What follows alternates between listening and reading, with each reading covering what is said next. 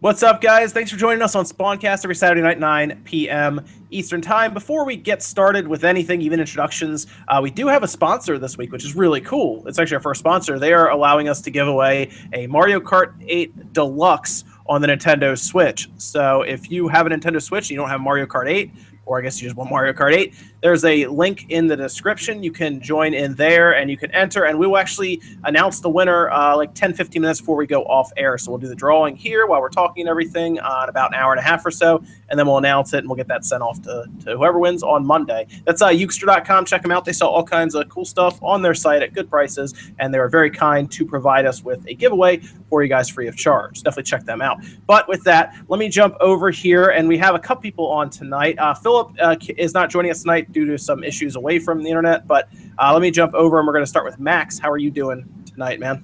Fantastic. Always good games to talk about. Yes, yeah, with a lot of games this past week with what we saw. Evan and I even saw it firsthand here. So there's a lot of stuff to talk about there. And let me jump from there over to Evan. How are you doing tonight? I'm doing all right. Pretty tired, but, always trucking forward. Yeah, those early morning shifts, right? Always. Yeah. Oh, now they got you. Yeah, they got you at like 6 a.m. shifts now. Yep. Great. And Jesse, how are you doing tonight, man? I am doing great. I apologize if while I'm talking, you guys and the people watching can hear some background noise. There are a lot of fireworks going off right outside. Fireworks. So, yeah. What are they doing out there with fireworks? I guess they're going to be celebrating Monday early or something. It's good. Okay. Yeah.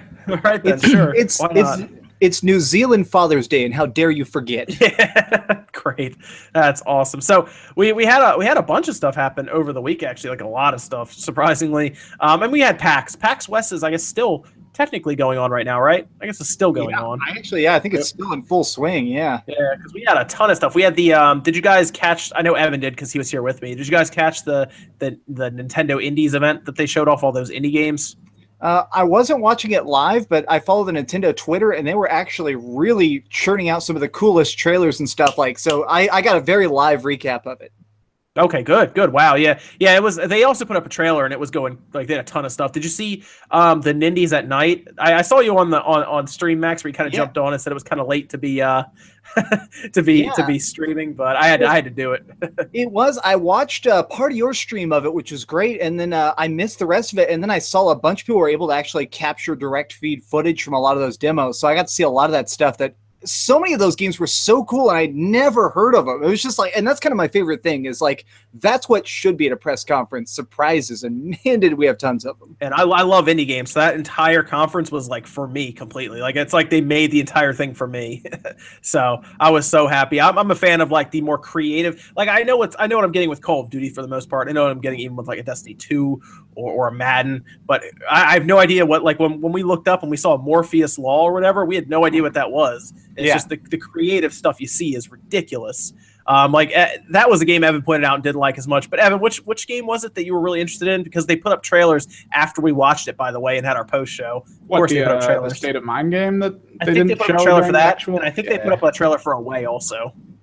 I saw stuff about Away later on. Did you see, what was it called? Little Fingers? Did you see that? Little Fingers, no. Okay, so it's definitely like a super indie version, like super indie Mario Party. Basically what it is the story is that it's all these like master thieves, and they meet at night, and to chill out after like basically robbing all these $1 million mansions, they play a board game, and you are basically in that board game, and you're playing a series of mini games and stuff that all still have to do with thievery and trickery. And there's all sorts of like platforming mini games where you're trying to trick people into falling on false platforms, and as you're playing, the board game actually keeps flipping up. So it looks super freaking cool. Yeah, they showed it for a bit, and we didn't really talk about it much, but it reminded me a lot of Armello, and I'm hoping it's definitely going to have way different mechanics to it, but I like that that's sort of coming back. It's sort of like a hybrid board game, video game, so it should be pretty cool. Well, and super cool art. So I kind of like that we're getting back towards that muted tones where everything kind of looks like it's made out of clay. Something about that seems more expressive in a way, and I think it looks really cool. They had what was the Inti Creates game that they showed? It was Dragon Marked for Death. Did you see that one? I keep looking at that more and more now, and it looks so good. Mm-hmm. Like apparently it's from the team that did Mega Man 0, I think. And then 9 and 10 also. And it's like a 2D co-op style game, and it looks so good. I've seen a tiny looks bit of it. amazing. Yeah. Well, and I love those games, so it's definitely like, well, I guarantee it's probably going to be awesome too.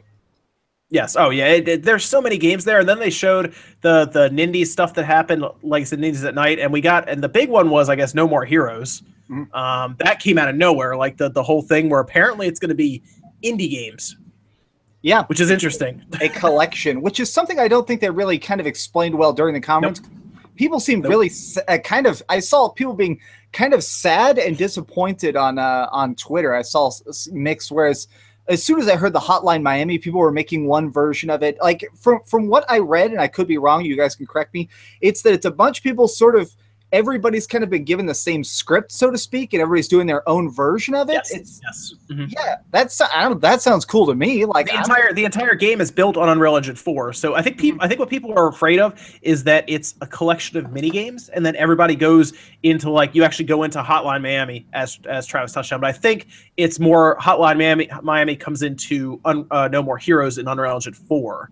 I think it's how it's going to work. I think we'll see it from his point of view with those visuals rather than like the 2D visuals of Hotline Miami. That is the hope, that it is visuals, but they kept pointing out that it was middleware by Unreal, so it almost sounds like it is supposed to launch multiple engines throughout the game to have you go to the different styles. Yeah, and I think I saw somewhere that they might even be selling them separately, so in that case I would definitely see it as like a series of bot minigames. This is where things were interesting to me because did you guys we talked about the Nindies at Night a bit, but did you guys see where he pulled his shirt up and showed like Shovel Knight, he wants to do stuff with them? Yeah. So I had this thought because they were talking like they didn't have the entire game finished. It sounded like they had two things picked out, Hotline Miami and something with the Shovel Knight creators. But they were like, hey, if you're an indie creator, send us a message and we'll try to work with you on this. And I was like, episodic, what? maybe. That's exactly what I was thinking. I was like, maybe this is going to be an episodic game. Maybe we'll buy like 6 episodes or something. Which is something Square Enix has been doing this last like year and a half, and they've actually been making a ton of money on it. They're not publicizing it, but Square Enix has been having a thing now where if you have a mostly done indie game, you can send it to them, and sometimes they'll give you like their own music to use. They'll give you art assets, and then they just take like a cut of your final pay. And that's like a thing. I think maybe Nintendo might be trying to do that with this. Of like, do you have an 80% game that fits this general theme? Okay, well then we'll Travis touchdown it up and have another interesting piece of this overarching tale. I actually like the idea though, because let's say it is like a Kingdom Hearts style where he goes to these different worlds. That could be super creative and actually probably the most interesting No More Heroes like in the entire series, just because of like the collaboration. Yeah, well, and not something different. Like, remember the Deadpool game? Everybody loved the Deadpool game because, like, one level is a 2D platformer, and then you go back to an action shooter, and then there's weird mecha bosses. I mean, this could be Nintendo's Deadpool in a super psychopathic way. Oh yeah, definitely. I mean, Jesse, did you get a chance to catch any of that, the Nindies at Night or anything like that? Yeah, I was a real big fan of Maluka, is what stood out to me. Yeah. Other than the game that you all were talking about, because it seemed like it was a weird mix of something that you would see like on the PS2 or like early PS3 360 games. That it didn't look amazing, but it still looked better than the previous generation, and it just looks like a lot of fun to me. That indie adventure type game. Is Maluka the Native American one? Yes. Yeah, I was watching some gameplay of that, and they like picked up these runes, and it starts saying the stuff they can understand, and they literally managed to morph into a bird and started flying over the map to see more landmarks. It looks super freeform. Yeah, that looks crazy. I'd forgotten the name. Yeah. That was good, and then apparently information came out where people had been playing Rocket League. Apparently Rocket League plays fine on the Switch, like it plays well. I think they targeted 720p, which makes sense. That's how it is in handheld, and everyone was just playing it in handheld. But apparently it played great. So we're about to portable Rocket League is going to be a thing soon. Yeah, I'll buy it again. Yeah, I think a lot of people. I mean, it's $20. It's not like we're buying another $6 game. Whereas we were just talking before we went on air about how I'll probably end up buying 2 Destiny 2s. So that's that'll be interesting. But okay. So Evan, can you explain to people about this Destiny 2 situation? Well, I mean, they're just still talking about it. I haven't seen the devs say anything about it, but it's on PC because you get the hybridization between keyboard and mouse and controller. They needed to try to push the controllers up to a point where they could fight on par in PvP. So they gave you a Snap 2 targeting sort of, but a little bit better. It's almost straight aimbot, I guess, type aim assist. And apparently it's pissing a lot of people off because at least in the beta, there was a gun, a hand cannon. Every time you pull the trigger, it basically auto targets to someone's head. You could 2 to 3 shot anyone from any range without a problem. And it really pissed a lot of the keyboard players off to the point where they brought this mod thing that existed a while ago. It's been around forever, but it makes your keyboard and mouse act like a controller. So it gives your keyboard and mouse the aimbot. And they just sit around with the hand cannons, basically walk around corners and 3-shot people without even any problems. So a lot of people are pushing to have them change it out. I've been reading way too many Reddit posts of people talking about, oh, it's Blizzard. No, it's not. It's Bungie. It's so weird. I don't know if you played the beta on PC, but on the Battle.net launcher, they have like the Blizzard games, and then underneath it says like Activision, and then there's just the one game down there. I feel like they're trying to separate themselves from it as much as possible already. But yeah, I didn't get a chance to play it on PC at all. I mean, I heard it was awesome because you got that solid 60 frames per second, which is something that console players desperately want from what they've been saying on forums and whatnot. People don't understand why they don't get it on the pro versions of their systems. But that seems to be like the sweet spot there at 60 frames at a decent resolution on the PC. But from what you're saying, there's just this crazy auto aim going on with controllers. And if they emulate it for a keyboard and mouse to act like a controller, then you're getting some ridiculous, I guess, assistance. Yeah, we'll have to see if it lasts, like if that gets pulled over, because I mean we have to wait an extra month and a half, I guess, at this point to even see it actually get released. So by then maybe they'll have done something for the PC. When does it come out on PC? I think it's mid-October. Mid-October. Yeah, because we know it's Wednesday for us console peasants. Well, I mean, they got to make their money somehow. Everyone that owns a PS4 is going to need to purchase it, and then when they want it on the PC, they'll just have to wait and then buy it again. We'll buy it again, yeah. I mean, I was already alluding to that. Like, I'll get it on PC, and then I guess I'll get it on console, and then I guess I'll buy it on PC so I can play with you guys, and of course, probably get a better experience overall. I don't know. I mean, Max, do you have a decent computer? I don't know if that ever like crossed your mind to get something on the computer instead. I have a decent computer just because I edit so much video. But I tried the Destiny beta. It ran fine. It's definitely very well optimized. So even though I don't have a powerhouse, I'm not even sure what the heck graphics card I have. It still ran decently. I did go over to my friend's house, though, and he had it cranked up to the max settings. And whoa, like that opening scene of the beta where you're going through the marketplace as all the monsters are coming in and shooting at you and blowing up watermelons and stuff. It was crazy. It's crazy to see graphics cranked up that high. Yeah, that's a lot of times people don't realize that if you go from like a console to like PC and the PC has everything cranked, it really is a big difference, to be honest, if you're really into like visuals and stuff. So I think the best combination is probably a Switch, a PC, and I guess a PS4, because that's the only way we're gonna play Persona. But that's probably your best combination. And again, Microsoft doesn't care because you're running Windows more than likely. So what do they care? Interesting stuff with Destiny. I'll be getting it, but man, I'm gonna buy it twice, I think. Yeah, I guess I'll have to buy it twice. But I know a lot of people are gonna be reviewing it. Max, you'll be reviewing it, right? Absolutely. People who have been watching my channel for a while now, I actually reviewed every single piece. I reviewed the original Destiny, and then I reviewed all the DLCs just because I was really interested in that game, and it really evolved and changed shape as time went on. So this Destiny 2 is going to be dramatically better. If you only played Destiny 1 at launch and hated it, Destiny 2 is going to be totally different than that. So I'm excited to review the final game and see if it actually lives up to the hype. That's good. That's good. Yeah, I liked the first one, but I kind of fizzled out on it a bit as time went on. I don't think I got any expansions because I was like, they keep just selling these expansions over and over again. Well, so yeah, they sold a lot of DLC, but what was really weird is that they definitely hired a bunch of writers, like a ton of writers, because originally the story was really bare bones, and you could see somebody definitely managed to take over the game secretly without like a public press release, because towards the end, there used to be these heroes that would actually show up in missions, and they'd talk and have one-liners, and Nathan Fillion's voice of, like, it became very personality-driven. You suddenly had these characters that were worth fighting with and like saving the world for, whereas originally it was like, hello, there's the skybox. I sure do enjoy shooting those same 5 aliens over and over. So, you know, I'm excited to see if this is another big jump like that. Oh man, that's great. Okay, so let me talk to you guys a little bit here about some interesting news that came out today. Actually, before I do that, let me ask you guys, what have you been playing this week? Because there's one game that I've been playing a lot of that I don't know if Max, did you get Mario Rabbids? No, I got Metroid, so I'm working on a Metroid review for not this week, but next week. That video will be out on the 12th. But no, I've been just playing a lot of Salt and Sanctuary randomly for some reason. Oh, interesting. Okay, Jesse, did you get Mario Rabbids?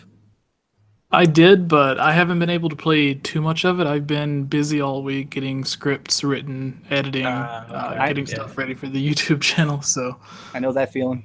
Yeah, I'm almost done the game. So I think Philip's the only one who's actually like. I know he beat it like before it came out, but I was gonna talk to him about it then, but he's busy doing other stuff. But good game. It's a fun game if you like tactical RPGs. It's definitely a good way for beginners to get into the tactical series. Like if you've never played it, but you get into that game, and then maybe you go into XCOM or something, or even a Final Fantasy Tactics, it would kind of prepare you for that. Kinda. So it's good in that regard. Like I like that it's easy to get into, but it also kind of limits some of the customization. Like you don't actually get like armor, for example, for your characters. There's no armor in the game. You basically get more health, and then you build up your skill tree, and then you get weapons. You have short range weapons, and you have long range weapons. That's pretty much it. There's no real. Well, you don't even really level up your characters technically. That's strange. Yeah, I mean, there's enough there to keep you busy, but like there's a lot of unlockables. But I wish there was just a little more to the actual customization. But I have a feeling this isn't the last thing we see from, I guess, Ubisoft. Maybe in this universe, the game has done well. It sold well, and it got good reviews.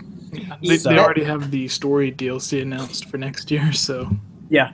So it's gonna have full story DLC and everything. But I mean, like years down maybe like 2 or 3 years down the line, they make again like a sequel or something, and then they add just a little more to it. Whether it is like armor, I'm not even kidding, like maybe some kind of like actual stat system for your characters that you build up, things like that.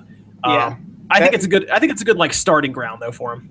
Well, because I am a huge Final Fantasy Tactics fan. I've beaten all of them several times over, and I actually really like getting into the nitty-gritty of the stats. So knowing that's not really an aspect of all of this is a major minus to me. Yeah, it's good. It's good for what it is. Like I said, I don't think they wanted to overwhelm players. Especially because it might have been a lot of people who have never played a tactics-based game, especially some of the people I talked to never played a tactics-based game, so this is like their introduction to the entire genre. Good way to get them introduced, though. Like, people who play that are then going to be like, well, what other good tactical RPGs are there out there? Oh, there's XCOM. Oh, there's Final Fantasy Tactics. It's good to get them into it, because I don't think enough people are into strategy RPGs with how good the games actually are. So there's a lot to play in strategy RPGs, and I think this is a good way for people to get into it. But it is challenging at times. There are times where I'm playing it, I'm like, wow, this is actually pretty hard. Like this is some of the times you go through, you actually have to go back and grind for money, coins, I guess, and then you have to like buy more weapons and stuff to actually be able to play against some of these enemies as you get later. Like sometimes they can teleport, and some of them can like basically ink you, so you can't use any of your abilities, and it gets very difficult. But they have it so you can go back through it. You can go back to like the beginning levels with your really powerful weapons and play through it for like perfect scores and stuff. So there's a lot of backtracking, a lot of going back through to get everything perfect. I like it. I have to say the visuals are actually good. Like they're really good. I was a little surprised when I turned it on based on what we've been playing on the Switch. That might be visually the best game so far on the Switch. Wow. I was looking at a lot of the cutscenes and some of the gameplay videos, and yeah, it really seems like it. I also like it's just so artistically different. I feel like a lot of stuff, everything kind of has this normal Nintendo art to it, most of what we've seen so far. So it's nice to see this really Ubisoft kind of weird thing over here with like toilet jokes and like interdimensional teleporting and stuff. It's like, okay, cool, weird. Very colorful game. Like everything is like pops off the screen, which is good. And I have noticed that there is dynamic resolution scaling that's heavily scaling. Like if, for example, if everything zooms out on the field, stuff that's a little further in the distance becomes pretty blurry. I think that's just a dynamic scaling that they're using. It's almost like it's out of focus, and like things close to you are in focus. But I've been playing it mostly in handheld mode. When I put it on like the TV, it actually looks better by a decent amount. So it might just be because of the handheld mode. But I like the change of pace to have something that's that bright and colorful, because I just been playing like Call of Duty for a while. Yeah. And that's that, what's that, next gen brown, I guess they call it, or next gen gray. Yep. Yeah. The gritty, or is Yahtzee of Zero Punctuation calls it like Spunk Gargle Wee Wee, where it's just like all the negative of the world, man. Look, now we've crammed all these bad emotions in brown colors, and that's realism, I guess. Yeah, it's very colorful. It pops off the screen very well, and that is running the Snowdrop engine, the same engine that runs The Division, and the same engine that runs South Park. Yeah, the new one. So yeah, I'm very excited for that. You never know. I mean, the frame rate's good. It's not like it doesn't get really bad. I mean, sometimes if you zoom in, I think, and things are happening on screen, it starts to drop a bit, but it's good overall. Like I play it and I'm like, I could see South Park on the on the Switch. So I hope that gives them a little bit of a push to be like, let's see if South Park runs on this. South Park's another game that I think would do really well as a handheld. I mean, yes, I am not sure Nintendo would allow that. The fact that it's the first one was so heavily censored in parts of the world, I'm not sure Nintendo would want to deal with that. Like I can see that. Yeah. There were 2 extended scenes that had to be banned in Australia, where instead, when you get to that in the original Stick of Truth, it just puts up a big black screen that says, "This is what's gonna happen," but you can't see it because your government sucks. And that's like, I don't think Nintendo would want that. Apparently, the new one, allegedly, the new one will not be censored anywhere. Yeah, which was just crazy. I think they had to jump through it big. Did you read any of the description? The ESRB has the final version of the game, and they had to go through it. And apparently it's a lot more graphic this time. Good. That's the whole point of that series, is to be as like jarring as possible. You know, to be like, whoa, I can't believe they're actually allowed to put that on a game. There's this note, and it's funny because you can tell it's written by like a guy in his 60s who just hates his job, and it says, "Extended scenario in which you must perform lap dance with a series of button presses during flatulence." It's like, oh, that's best great. Notes ever. That's great. But I mean, you never know. I mean, we do see No More Heroes, which will be a graphic game, as we've seen in the past. I mean, you power up your saber by performing various acts. Yeah. I mean, we saw. Did you guys see that on his interview where he did that on screen and got everybody to do it like on the interview? I don't think I did. I think I've seen what you're talking about. Yeah, we ran into issues on the stream because they had a certain person host the thing, which was great. I heard about that. Potter told me I should have been there to moderate. Yeah, the girl that they people knew the girl that was hosting it. They had a very odd choice to host the entire thing. She was known online. We'll say that. Say that. Yes. Yeah. People are saying it in the chat. Yeah, it's hard to say. Would they allow South Park? I don't know. It really depends on what Nintendo wants to do right now. Do they want to allow that on their system? I mean, they've had South Park games on there before. Let's not forget that, like, the first South Park game ever was a little kid first-person shooter on the Nintendo 64. Yeah, throw pea snowballs at each other. A snowball game. Yep. Yeah, at the cow launcher. That horrible thing. That was actually a fun game too. I played it a lot. I rented it from Blockbuster like 6 times. I think I ran it from California Video. I think is what that place was called. That was around here. Was it Hollywood Video? No, well, we had a Hollywood Video also, but then we also had Hollywood Video, and then we also had California Video, and then I think Super Fresh also rented the stuff, the supermarket, Super Fresh. But yeah, no, we had a lot of rental places around us that shut down pretty quickly. So California Video actually was the place that used to rent out the entire system to you. Blockbuster used to have that where you'd like give them your credit card and they give you that giant like locked black case and you opened it up. I managed to find one of those for a Sega CD, and so it's humongous thing, and you open it up and it has a completely like nailed together Sega CD, so you can't take it apart any part of the console, but you could like rent it for like $100 a week or something crazy. That's it. Yeah, I'm trying to remember how much it was. I know I think it was like $40 for the 64. And you'd rent it, 2 controllers, I think is what it came with, and then like you'd be able to pick 2 games, and it was like $40 for the weekend or something like that. Mm-hmm. So that wasn't bad, I guess. I remember we'd always rent like 2 more controllers because we'd have like my parents have like people over for the weekend, and all the kids would be downstairs playing 64, taking turns with Mario Kart and Smash Brothers. Mm-hmm. And man, those were the days right there. I don't even think we had GoldenEye. I think it was just those 2 games. Yeah, we played a lot of GoldenEye. I was a GoldenEye neighborhood. That's actually when I got into competitive gaming as a little kid. There were local tournaments actually for GoldenEye. So I just would practice GoldenEye all day and then go to tournaments and then win crappy Target gift cards. That was before the internet was like a big thing. So yeah. It was great. You didn't have a lot to do at home, so you'd like fire up the 64 and just play the same level over and over again. Mm-hmm. Those were simpler times. Oh man, that's great.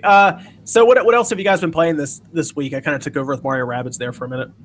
I played a bunch of Call of Duty World War II, that second beta. I've been playing a bunch of that, really loving it. And I played a bunch of Salt and Sanctuary, which for those who haven't played is definitely, it's just 2D Dark Souls, but you could play it co-op start to finish. So one of my military friends was in town and we just played the hell out of it. So it's such a good game.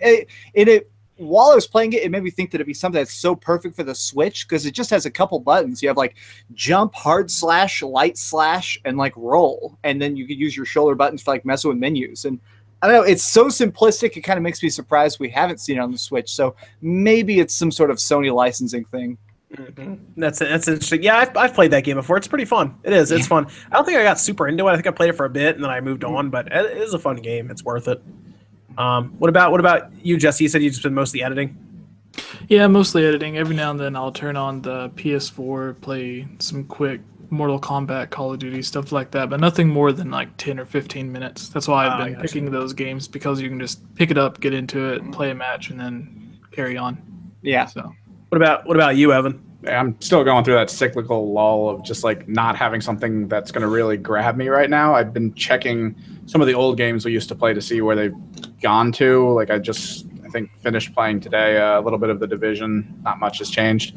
I was debating picking up Absolver, but there's not much to it, so I'm kind of holding off on that. We're gonna get you like a PS4 or something, dude.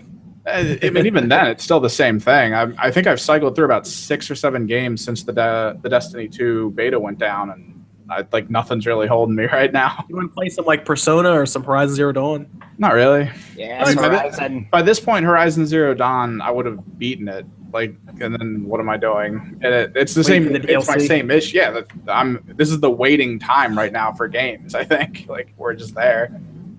Everybody's Golf. Yeah, I keep seeing that. I need to try playing that. I keep looking at it on the shop, so I'll have to play that.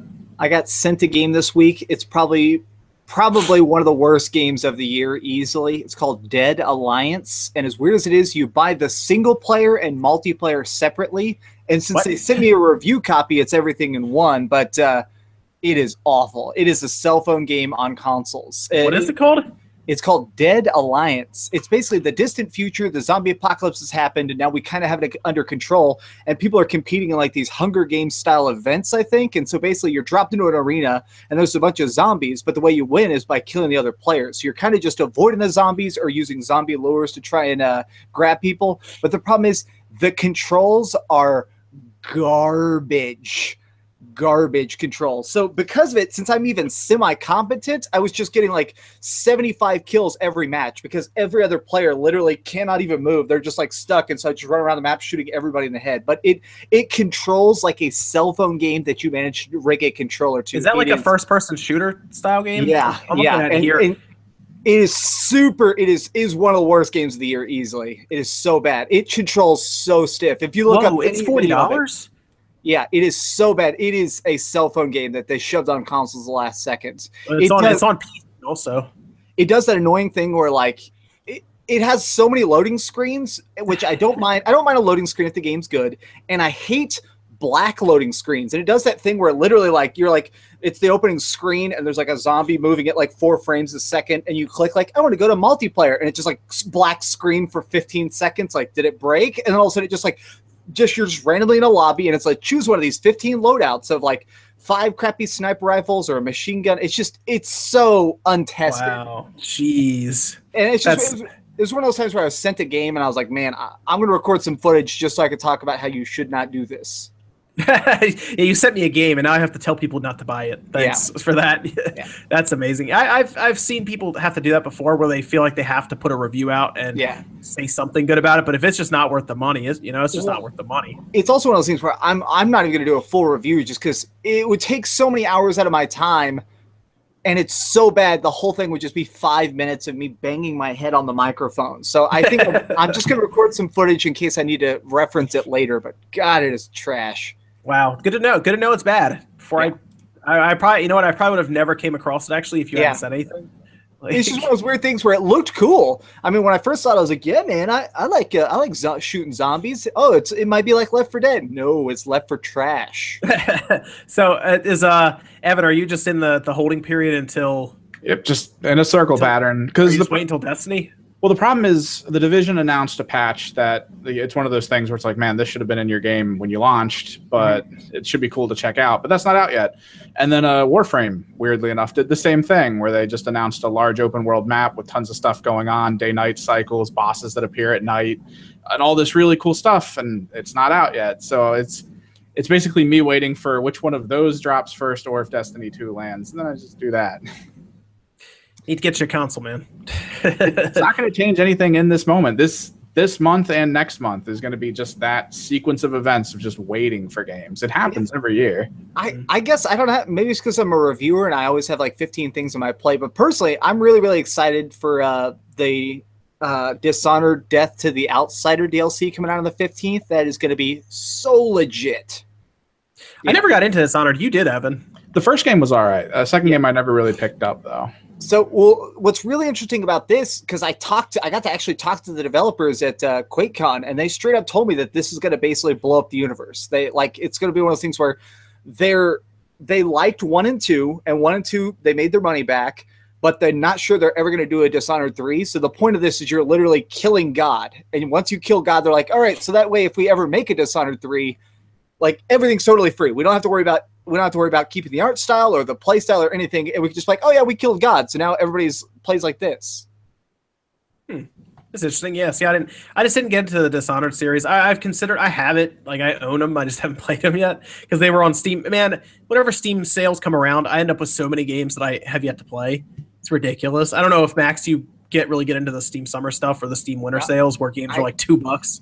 Dude, I get super deep into the PlayStation Flash sales. I just keep like $20 at any time on my PlayStation account, and I have a buddy who messages me every time a new Flash sale starts. Like, they're doing the PAX Flash sale right now. You can get everything, like every Final Fantasy game that's available digitally, you can get them for like $4 each. And so, which ones do they have up right now? It's literally they're all available right now. So you can buy like Final Fantasy 1 and 2. 4, 5, 6, 7, 8, and 9 all on there, and like those are the ones I'm referring to. The ones specifically you can play on your Vita. That's what I was about to say. So like if you're still a Vita owner, or you have your PS3 hooked up and you're looking for the cheapest way to play those in HD, now is the time. $4 That's pretty each. good. Yeah, for a game you're going to play for maybe 80 hours, such a crazy deal. That's pretty good. I think I have I know I have a bunch of them on Steam. I think I have 7, 8, and 9 maybe. But that's 7. I had to record footage for that video I did, but 7 had a lot of improvements on the PC. It even has like cloud saves, which is interesting. Yeah, which they put into the new PS4 version. I was really happy with that. Yeah, I saw that. I mean, I've bought Final Fantasy 7 so many times now. Oh man. Yeah, I think I've bought it probably 15 times. Yeah, I mean it's a great game, but I keep doing that thing where I keep buying a game over and over again. I'm so bad about Final Fantasy VII. Now I'm collecting all the strategy guides. I'm collecting all the rarest versions of the Final Fantasy VII strategy guide. Really? How many do you have right now? I think 9 of them. I think I have 9 strategy guides, including the really rare PC ones that have like unused art and stuff. Wow, the PC ones. Yeah, because wasn't the PC box like this weird triangle-looking box? Yeah. Well, it was fun. Right. It was like a weird pyramid, but yeah, and it opened up like this. Yeah, I saw them at there was like a few conventions we went to, and I saw it. It wasn't too many games. There's one before that, but that's interesting. So real quick, did you guys see some of the interesting stuff that came out surrounding NBA on the Switch? Apparently, this is interesting. This is something a lot of people are talking about for a little while. What's happening is you need an SD card apparently for some games, and they made that apparent with NBA. I think they were having a hard time getting it on just a cartridge or something. And so what it sounds like is you need internet connection and you need an SD card is what it looks like is on the front of the box. So you need to either unpack stuff from the game card or you need to start downloading stuff for the full game, I guess is what they're saying, which is interesting. So that means that we're to the point where the 32 gigs on board is not going to be enough and buying a physical copy is not going to be enough. Wow. Is that confirmed? Yeah, it's part of the box art that they put out. Wow. Nintendo themselves said it. Yeah. So you're going to need to get an SD card now for games like NBA and then I guess any other third-party games that come out because first-party games aren't big. I think Mario Rabbids was like 3 gigs or something like that. Jesus. And from what I'm hearing, NBA is I think NBA is 25 to 30 gigs somewhere in there after patches. Jesus so Christ. Yeah, but it's like 50 or I think it's over 50 on the PS4 and the Xbox One after patches. So it's, I mean, we've gotten used to it, right? We put the game into the PS4 or the Xbox One, and then we walk away for like an hour and let it install. Yeah. We're to that point. The initial is 25 gigs, and then there's a patch. They've already confirmed that there's a day one patch you need to download. So internet is required, I guess, for that, to the point where you could, it's like, you know how there's Perfect Dark and you'd have an expansion pack to play the entire game, but if you didn't have the expansion pack, you can still play some of the game. Yeah. That's kind of what it sounds like. I think you could play single player. You had to have that for the multiplayer. Yeah, that's what's happening kind of with that. Is you need an SD card, which kind of caught me off guard a little bit because I thought they were waiting to put the physical copy out for bigger cards to come out, but I guess they're just like, no, you need an SD card. It's the way it is. Now, it wouldn't fit on the main storage anyway if you bought it digitally, so you're going to have to get one. Mm-hmm. But it's going to be interesting when that comes out to see what people think. I mean, people online already hear about this, but when like the general consumer who isn't as like tapped into the internet as all of us are, how that's going to play out when people start buying this game. Kind of reminds me of when Smash Brothers started receiving all of the updates. You weren't able to play that game on the base model of the Wii U unless you had a USB drive, which for me is a bit more complicated than just slipping in an SD card because every phone has that. Maybe not everyone has a USB drive or a second hard drive to plug in to a Wii U or something. So where someone might have the SD card, it'd be a little bit easier for people to play the full game. But with it being a third-party game, I still don't think that's as bad as when Nintendo put out their first-party game, Smash Bros., which was one of the best-selling games on the Wii U, and then like you can't even play it unless you have this second thing to use to download all of the updates and everything. It's like those old toys, some assembly required. Like it's going to have to start saying like big print on the cover to make sure you don't get pissed off parents returning it 2 hours later. Required internet connection, required memory stick of at least this size. Yeah. And what's interesting is they've even taken to like store shelves now, and they're going to be basically they've partnered with Western Digital so that they can brand SanDisk memory cards now, the SD cards. So you actually walk in, you'll see like Mario and Link on the SD cards now, on the packaging. I think they did that with 64 gig and 128 gig cards that you find in stores like Best Buy or I guess Walmart at this point. So it is to that point, and I guess it's something they had to figure out because if third parties couldn't figure it out and it was going to be that difficult, they may have just moved on. And Nintendo was like, well, how about we just do this? And that's the way it has to be. I mean, they're the ones who decided on the 32 gigs internal, I guess because it'd be too costly to go up in size for them. But I have a feeling down the road they will eventually introduce some kind of larger size, whether it's 64 or maybe even a 128 at some point. Yeah. And that seems so logical, especially with how hard they're pushing digital content. Especially when we get the virtual console, they're going to have to be like, this is the more deluxe edition. Yeah, absolutely. It's just whatever to me. I know we already know there's gonna be some kind of Switch revision. It's Nintendo; they do it with everything. I mean, how many 3DS and 2DS revisions will we see before? I don't even think we've seen all of them yet. Yeah. We'll see more, which sounds crazy because a lot of us are pretty much ready for the 3DS to slowly kind of ride off into the sunset at this point. Of course, we have Samus Returns, and then we have the next Pokemon game. And that's fine, but it feels like after that, we'll probably have some third parties here and there make some smaller games, but I feel like Nintendo isn't going to do much else after that. Mm-hmm. So I don't think so. But who knows? Maybe I'm wrong. Maybe they do decide to release. I don't even know what Animal Crossing. Would they put that on the 3DS again? I don't think at this point. I feel like the only thing I would have guessed is like a Kirby game or a Donkey Kong game, and now we know Kirby is coming to the Switch, so that's totally out the window.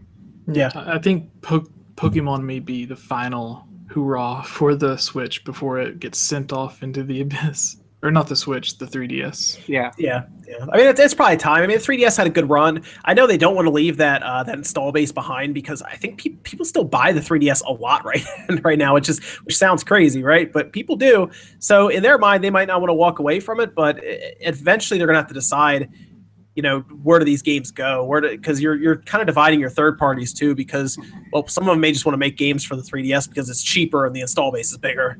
So, but they want you to make it for the Switch, even though it costs more money and they're a smaller, install base. So it's probably tough for Nintendo to keep both going, despite them pretending like it's not. And then really separating the two in marketing it seems to be very difficult for them as well. Well, I use this example before, but it does sort of remind me of when Atari was trying to release all these multiple consoles, and so Atari was like, this is the 2600, here's the 5200, here's the 7400. Like, they were trying to release all these consoles in succession, but there were so many 2600s, nobody ever wanted to make games for anything else. So all the other versions of that console that were a lot more powerful just didn't get any games. Yeah, that's man, that's, I don't know. I feel like, do you think Nintendo really wants to be with one system though? I think it might scare them a little bit. Maybe. I still think that they're going to move that way. Like, just because when they were talking about consolidating in late 2015, they were having all these big press releases talking about how they were consolidating divisions and trying to roll the handheld teams together with the console teams for the first time. So I think that's what it's going to be. I think they were all hinting at the fact that every game now is just going to be designed by everybody. I think that's the smartest move. I think splitting yourself up at this point in this current market is not the best idea. Yeah, it's I think if they're more focused, it'll be easier on them, and it'll be easier for them to bring a bigger library to the Switch, because the Switch is selling like crazy right now in Japan. Did you guys see the Kotaku did a nice little comparison? I already knew the comparison though, because I did it myself. But did you guys see the comparison where they compared like the first, 36 weeks or something between the Switch and the PS4? And I've seen an article on that. Yeah, the PS4 sold like 600,000 at the same time that now the Switch has sold over 1.5 million. So it's telling how popular the Switch is. Well, I think it's also an interesting thing of how much gaming has exploded. There were a lot of reports written a couple of years ago talking about how the PlayStation 4 is like one of the most popular consoles of all time, like talked about the amount of people using it and stuff. So it's just really interesting to see, like, we're in an age now where being a gamer is the default. Like, all kids are playing games basically. So if you're a kid and you want a game console, your parents are going to either have to buy you a PS4 and make sure you're only playing the good games, or they're going to get you a Switch. Believe it or not, it's actually, I know it sounds crazy when I say this, it's actually the cheapest it's ever been to be a gamer right now also. Yeah. It sounds crazy, but a PS4 is like $250, and that's if you're not even shopping around, because I do see deals at times where you get cash back on your card and Target card or whatever. So you'd probably be able to get one for like less than $250, and that's a great deal for a game console to kind of enter, what we see, a 2DS XL, which you could consider a system since, Samus Returns is coming out on it. That's $150. And it's like, man, it's so cheap to get into the market right now if you want to be a gamer and you've never played games before. I mean, the Xbox One S last Christmas was brand new for $200 with Minecraft. And it's like... Well, I always tell people too, when parents are talking to me like, I want to give my kid a game, I'm like, the best thing now is to just get a kid like a $50 PlayStation card and let them just buy like the 10 indie games they want. That's never been possible before, really. Yeah. Oh, yeah. Especially, you could, man, $50 goes a long way with indie games. You get a Stardew Valley, you could get a Hollow Knight.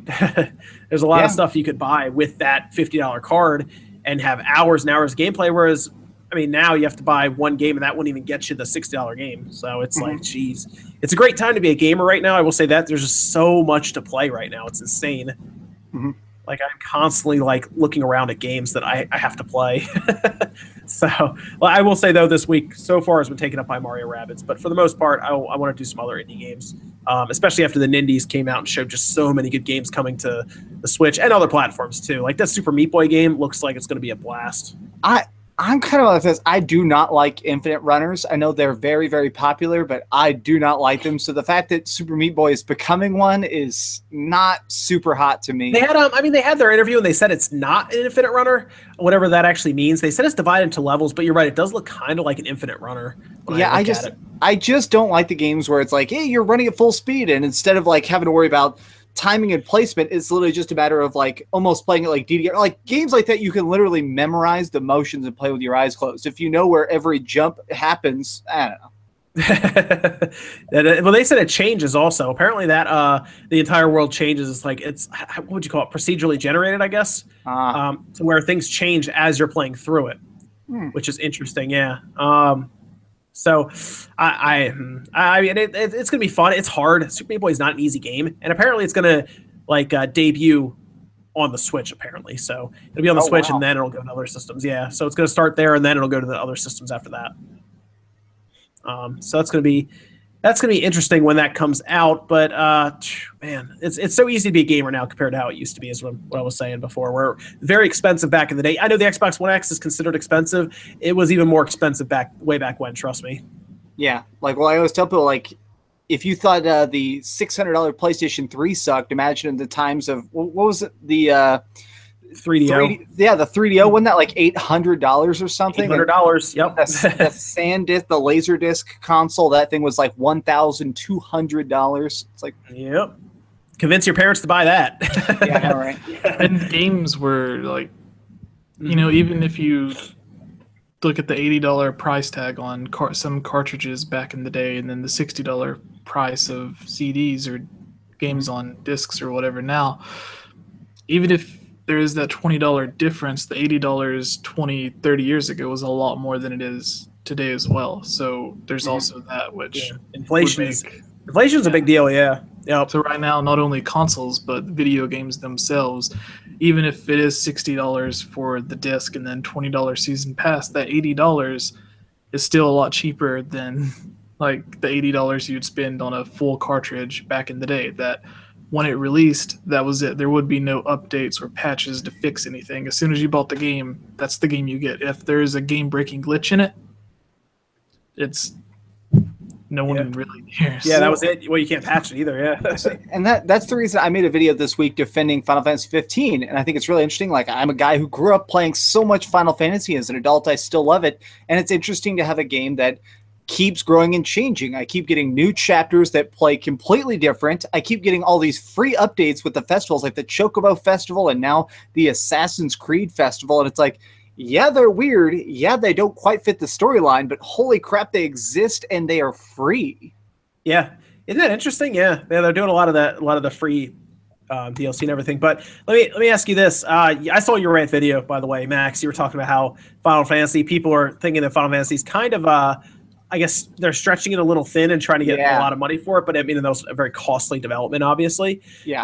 Well, what's interesting is there was some news that seriously went up before we went on the air here about, well, they were talking more about this. Remember how we had that huge thing that happened over I think it was 2 weeks ago, a week before, where they were talking about Final Fantasy 15 on the Switch? Yeah.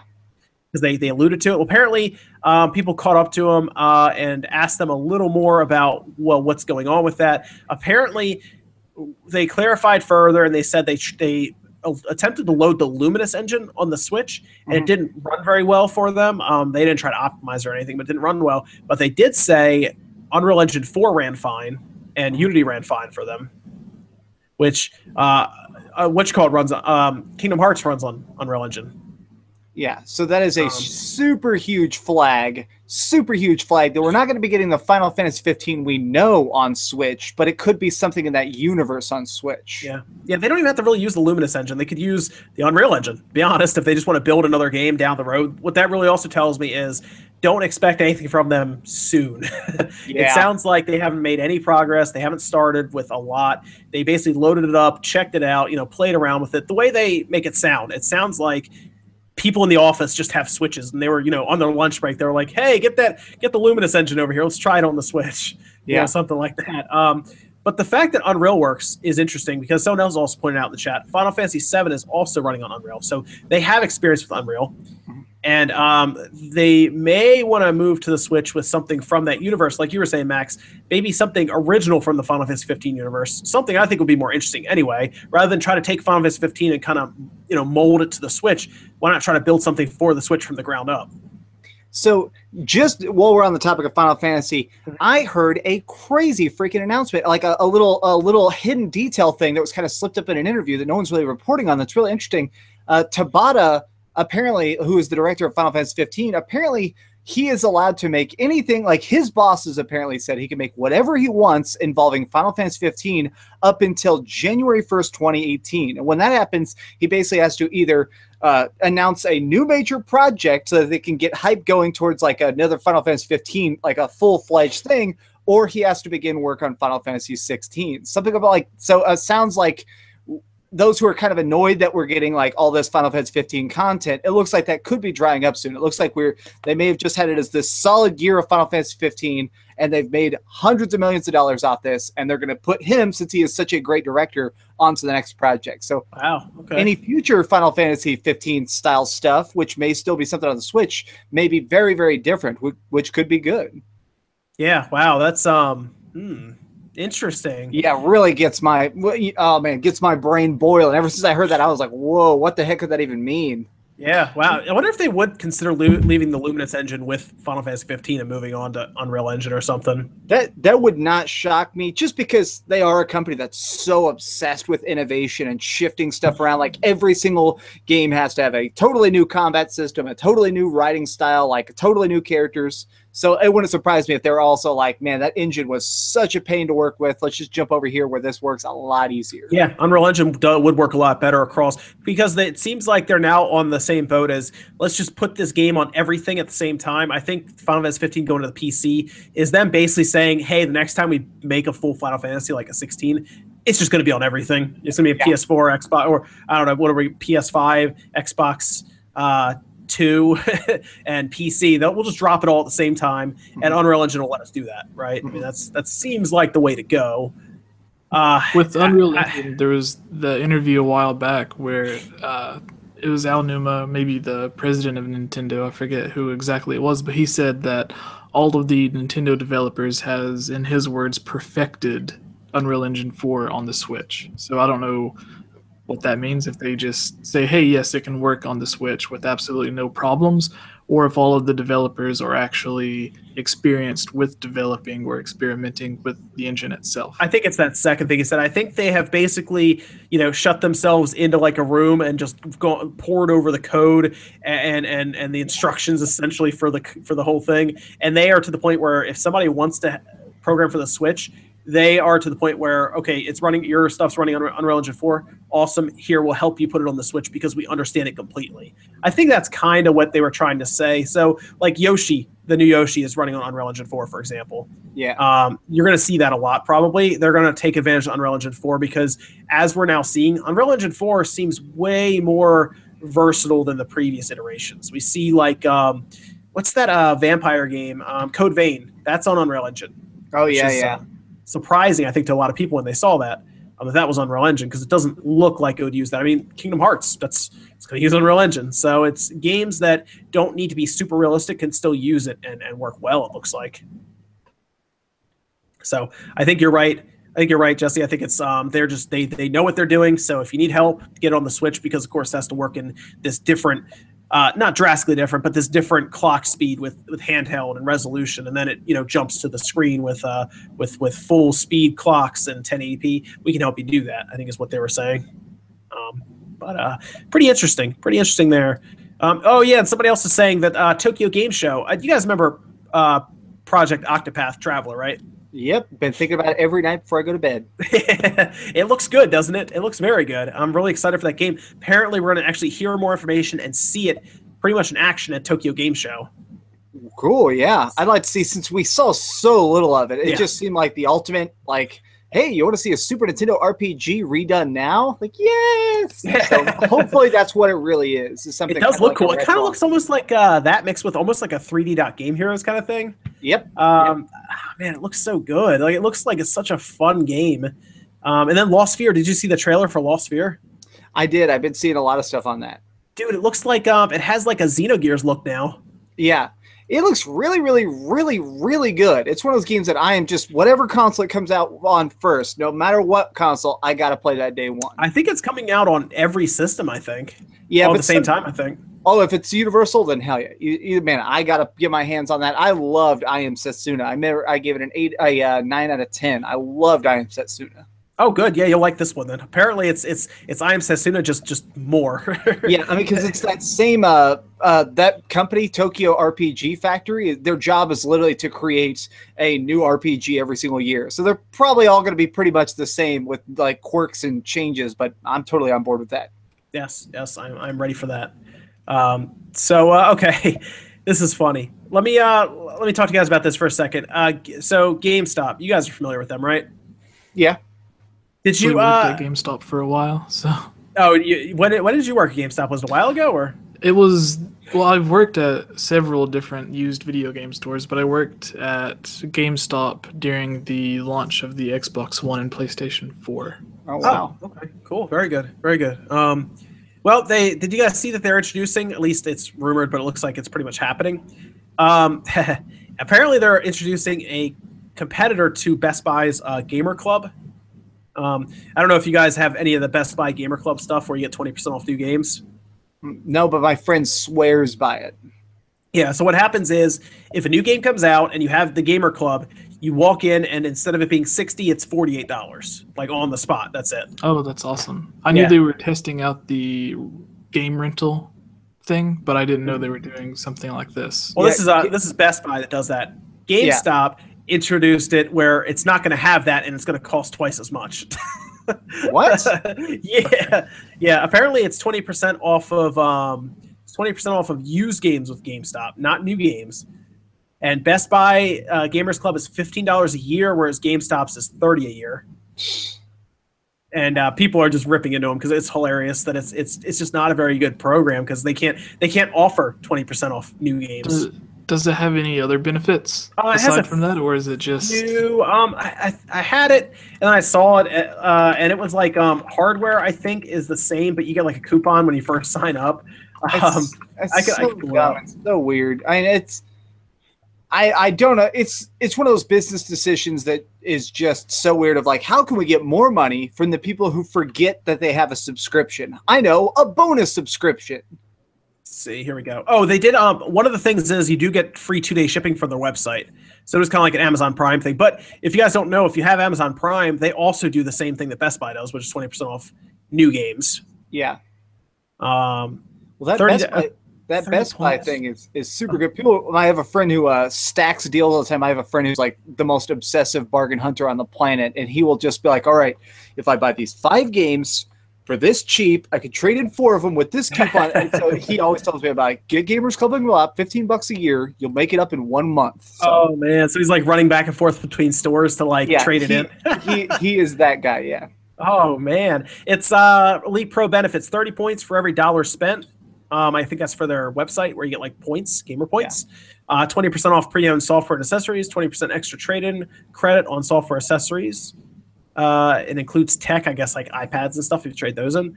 Buy 2, get 1 free pre-owned games welcome offer, so that's like a one-time thing. Another collectibles welcome offer, which is a one-time thing. $50 exclusive monthly offers, which I assume means like, hey, get $10 off a used game or something like that. Yeah. Free 2-day shipping, and that's all I can see. That looks to be it. Trash. And I say that as a guy who goes, I actually have, I think, 7,000 GameStop points just because I go there all the time and just like buy a crappy shirt here and there. And I buy a lot of PlayStation cards there when I want to buy stuff digitally. And so even as somebody who shops there a lot, that is trash. Sure. Yeah, that is. It's not very good. No, it's not. I don't. GameStop's in trouble, man. They are. They there's not much they can do. They even went on an interview. I think it was with Glixel. I covered this earlier in the week, but they went on an interview with Glixel and they said that the reason they do the bundles, you know how they do those bundles where they force them. We saw it with ThinkGeek, right, with the Super Nintendo bundles. I read that article. Where they said it was convenient for us. Well, because remember their first statement was we had to. There was so much demand for bundles. We had to just dig as deep into our garbage pile as we could and find the freshest trash and duct tape it to the thing you wanted and charge you double the price. Yeah, it was like, so bad. You know exactly what you did. Don't act like it's some benefit.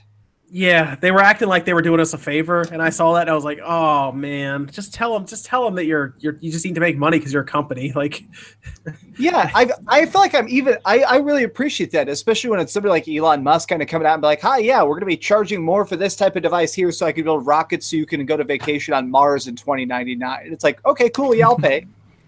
I think the bundles, there are 2 sides of them. GameStop and other stores do have the really great bundles to where it is, here's the Nintendo Switch, Breath of the Wild, maybe a second game, and then you get the season pass or the strategy guide that comes with it. Which in a way makes sense. Like, hey, if you're going to buy the Switch, you need one or two. I'm more okay with those ones. You're right. I'm fine with those ones. But when it is like, here's a $50 watch that we're going to include that you would have never wanted. Yeah. Like, those are the ones that annoy me. Yeah. I've seen them with the Zelda or Nintendo Monopoly games, and it's like, I'm buying a Switch to play the Switch. I'm not buying a Switch so I can sit and put it to the side and play Monopoly. What really set people off were the Super Nintendo classics, and then of course when they magically found boxes of NES classics that fell off the back of a truck, I guess. That's what sent people off, because a lot of people didn't realize that ThinkGeek is owned by GameStop.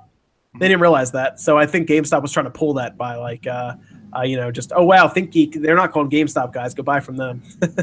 I still 100% believe that what happened is, I bet GameStop negotiated some sort of deal where Nintendo would send all of their remaining stock to them, and they were like, well, we literally have the only remaining ones that could go in stores in the world. Let's just bundle it because nobody else can stop us. We have zero competition. So I don't think they were hidden. I think they literally just negotiated a deal and were like, all right, how can we make this as advantageous as possible?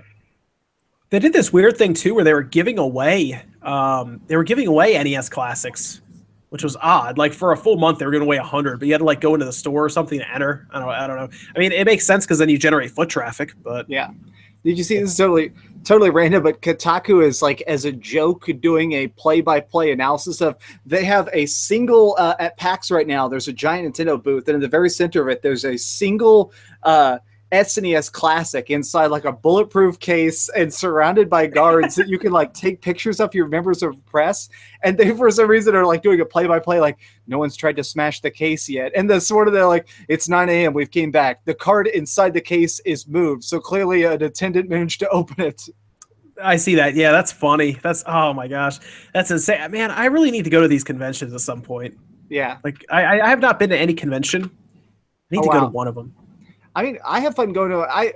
It's fun. You get to play games. It's also fun to talk to. I just love talking to developers. It's really cool getting to like walk up to the guy who made a game, and a lot of times, especially indie people, there'll be a guy who the guy who made a game, and he has a laptop hooked up to a projector with a controller, and you just get to walk up there and play it. Dude, are you gonna try to make it to E3 next year? I might, if I know 100% I'm gonna get some backstage access. I don't want to wait in line for 5 days. And play 3 games. Okay, I gotcha. Yeah, that's one of the things. I'm gonna go next year, and hopefully I'm to the point where I can get backstage. Mm-hmm. Since you're pretty Nintendo focused, you'll probably at least be able to get into the Nintendo booth. I mean, Nintendo always invites me back, but I just have never done it. Well, they invited Philip to the thing, but he didn't get any backstage access. Mm-hmm. Well, I mean, he was getting special privilege enough that he was able to he had more hands-on time with the average person, he was saying. So, I mean, he had not full perks, but enough perks to make a video. Just need that microphone. Yep. That's all I need. Now, I need to, PAX East is coming up. Evan, you did PAX East at 1 year, didn't you? Yeah. How was it anyway? 'Cause I need to. We really need to do it, dude. Like, we have to go. Yeah. That's March, I think. You guys had a lot of fun there, so.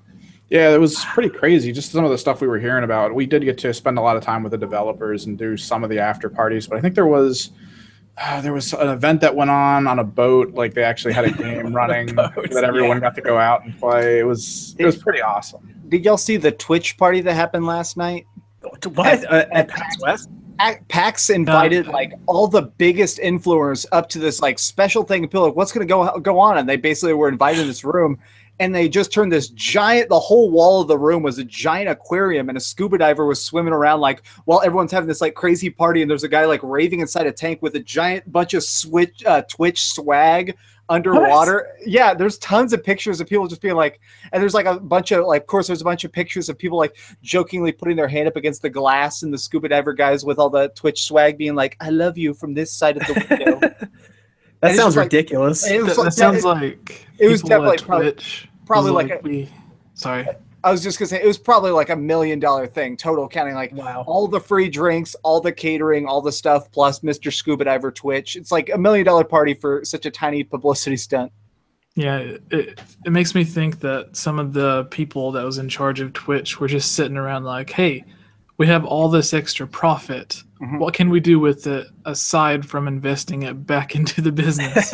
Yeah, well, stuff like that is, I mean, marketing is a big part of the business, and I was trying to be marketing for a company I used to work for Half Price Books, and I was trying to get up into the marketing division because they just had no idea of like, we have all this video game stuff in our stores, but we never ever talk about it. And I kept trying to get on their marketing team or pitch something of being like, advertise, just like do stuff like this. That's great advertising. Or, you know, the Cards Against Humanity guys, they did all sorts of publicity stunts where it's like the box of bullshit and you had to pay $100 and they literally mailed you bullshit. Wait, they're the ones who had people donate to them to just dig a hole, right? Yep, the giant dig a hole fund. Yeah, and they promised to sell you nothing, and it was like $5 pass, and literally nothing happened. And then they just like ended up with like $50 million from people buying nothing as a joke, who were buying nothing for each other. It's ridiculous. It's the craziest thing. I remember that though. They brought the whole like the big bulldozer and everything, and they just dug a hole. Yeah, they live streamed it, and people just kept paying, and they just kept digging. And I remember that at one point somebody managed to get up there and talk to the guy driving that tractor for like 12 hours straight, and talk to him like, "What do you think of this?" Like, I don't know. They're honestly paying me $200 an hour, so I don't really care. I'm not asking questions. I don't care. Yeah, that's great. Oh man. You know, Max, I meant to ask you something. I know you do a lot of reviews. Did you review Dead Rising 4?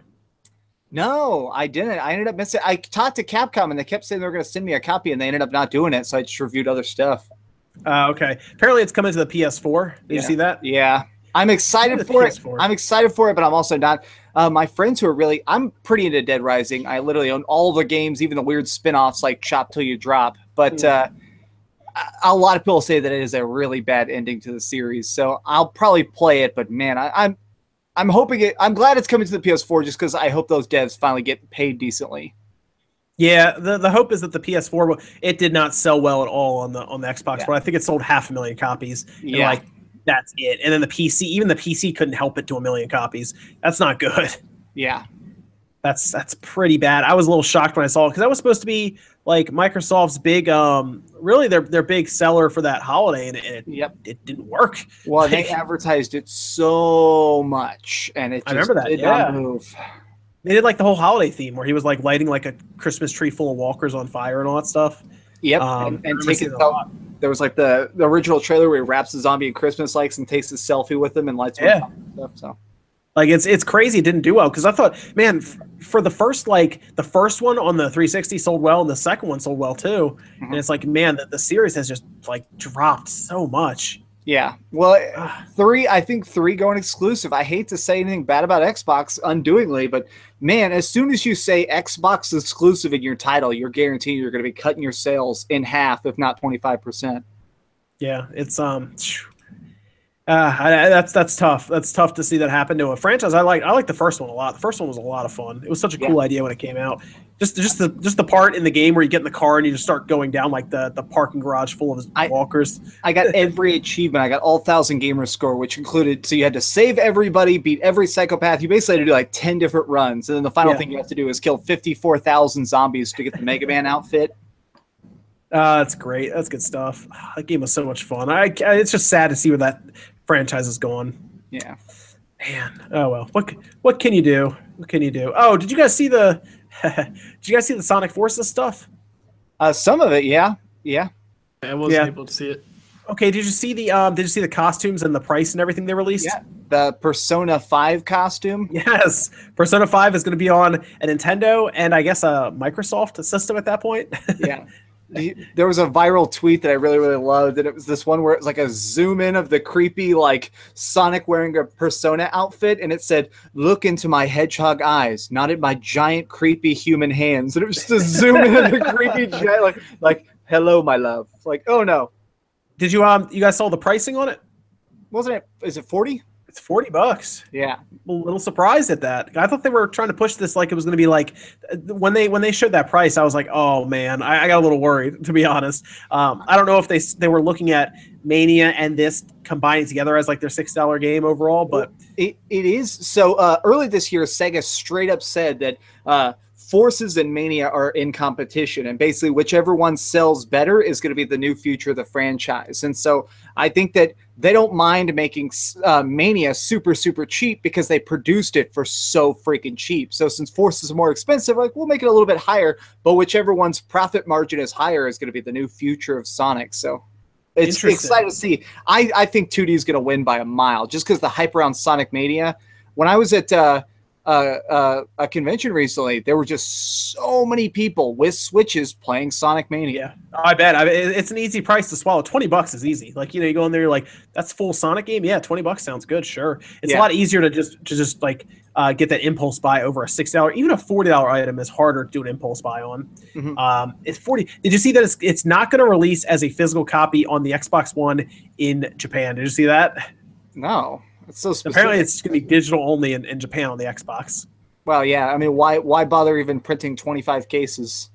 I think that was their thought too. Was like, it's not gonna work. We shouldn't even do it because there's 81,000 I think Xbox Ones in Japan right now. So they're like, if we sell to 10%, we would get 8,500 or 8,100. So they're like, there's no point. It kind of reminds me. There were a couple games that the pre-order numbers were so low. This is back in like the late PS2 days, and I remember hearing a story about that.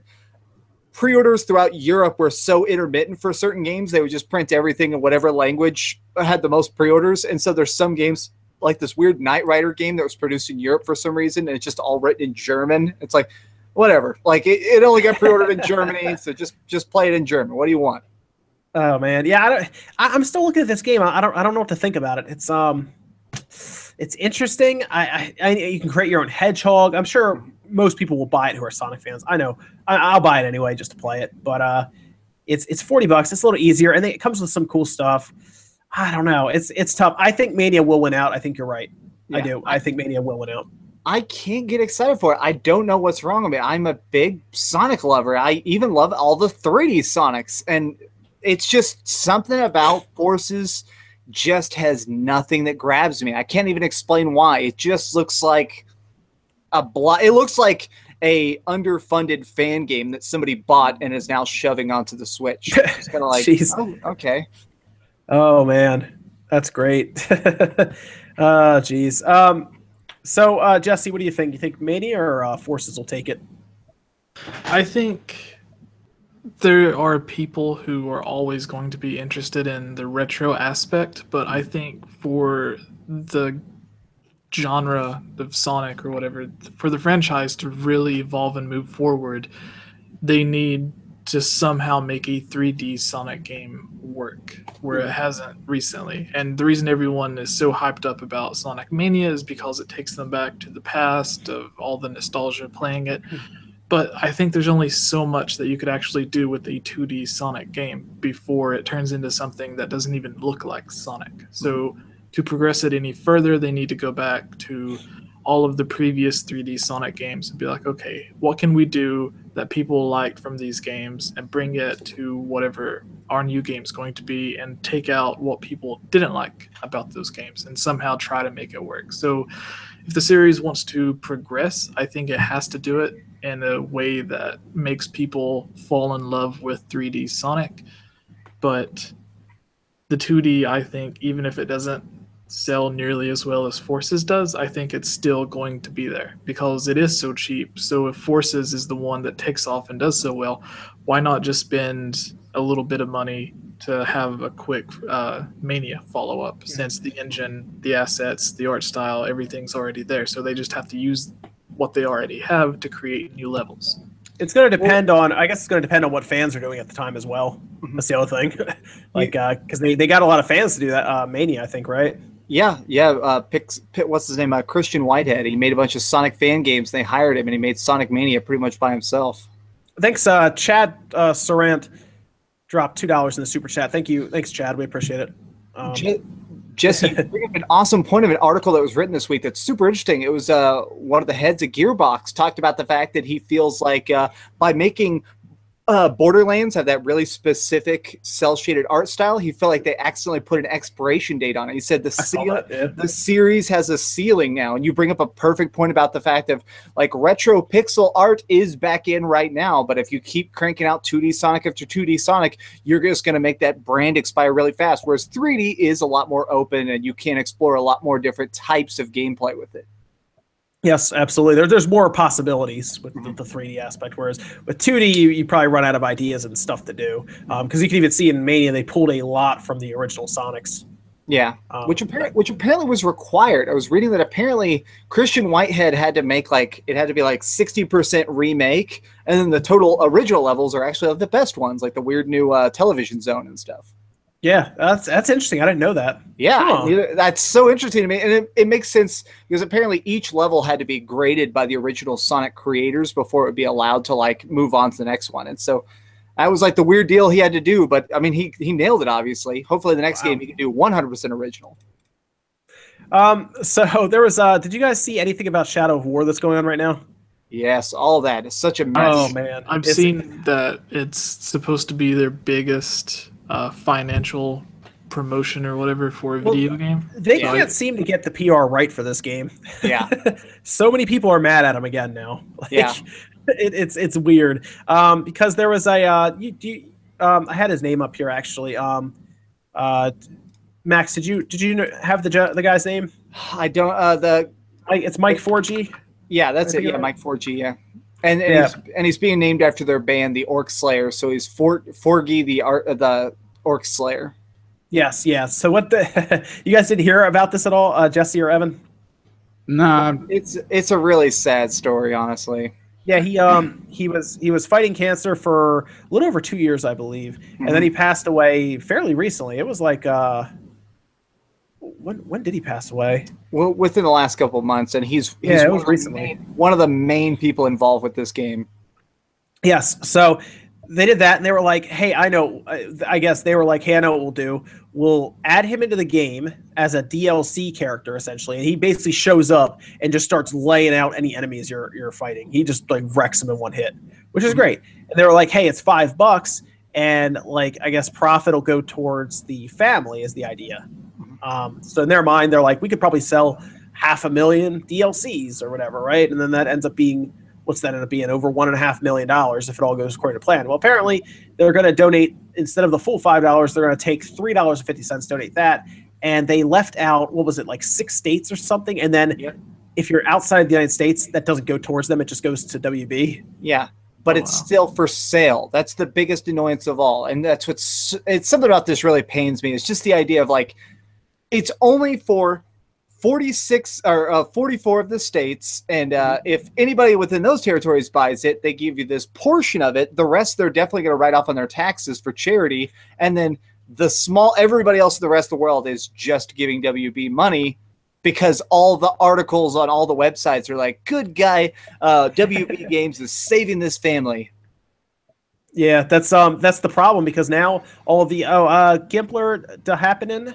Thanks for the $10 Canadian. They say they love our streams, guys. They love the streams. Woo!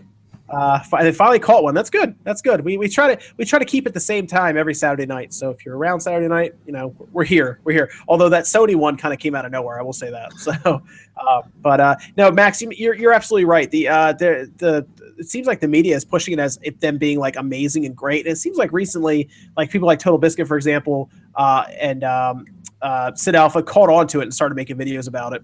Yeah. So they're doing some weird things, and it's not good. Like it's a very bad look. Now, I thought about the $3.50 thing, and I think I realized why that's happening, and that's because the marketplace will take 30%. It's about that. So I was like, well, okay, if that's the case, then that's what you have to do, because, well, you're not getting the full $5 anyway. I feel like they could probably talk to Sony and Microsoft and be like, look, this is for charity. Can you not take that percentage? They might not. I guarantee you a large part of that is gift tax. because they're giving it to somebody. Like as somebody who used to get Christmas bonuses, gift tax is huge. It's like 40% in most states. So because I think that that's probably a big chunk of it, is that legally we have to take $1.50 and give it to the government. Like we have to. That makes sense. Yeah. Okay. That makes sense. But then the thing that really, I think a lot of people have accepted that part. The thing that I think people are really frustrated with is what you were saying, Max, where if you're outside the States, it just goes to WB. If you're in apparently 6 states in the United States, it goes to WB. And it's like, I don't understand what that even, like, why? It doesn't make any sense. And we know that's going to turn into, as you said, millions of dollars. They're literally profiteering off a man's death. Like, this guy loved the game he made, so he deserves to be immortalized. But now that they're profiteering off the loss, is just something about that is so far across the line. It would have been better if they just put him in as free DLC, just to remember him. Because I remember, Jesse, I know you can weigh in on this. There is some kind of tribute in Breath of the Wild for Iwata, isn't there? Yeah, there are actually 3. There's the mountain area that's kind of named after him, and then there's a creature called Lord of the Mountains that's based off of him, and then there's a character who's based off of his design. And they talk about the mountain is named after the spirit that lives there, that watches over and kind of protects everyone living in the forest. And it's supposed to be a reference to Iwata's spirit living on and watching over Nintendo or whatever. So right, yeah, and that's free, right? That's just in the game, right? Completely free. So whenever you mentioned, this Shadow of War DLC, I went on a little mini roller coaster because at first I was like, oh, that's sad, and then you're saying that they were doing this, I was like, oh, that's cool, and then you said that it was going to be DLC, and I was like, oh, they're charging people for it, that sucks. And then you're like, but the money's going to the people, the family. So I was like, okay, that's cool. And then but only part of it's going to the family. Yeah. So it was just like a quick roller coaster for me of varying emotions. To where we're like,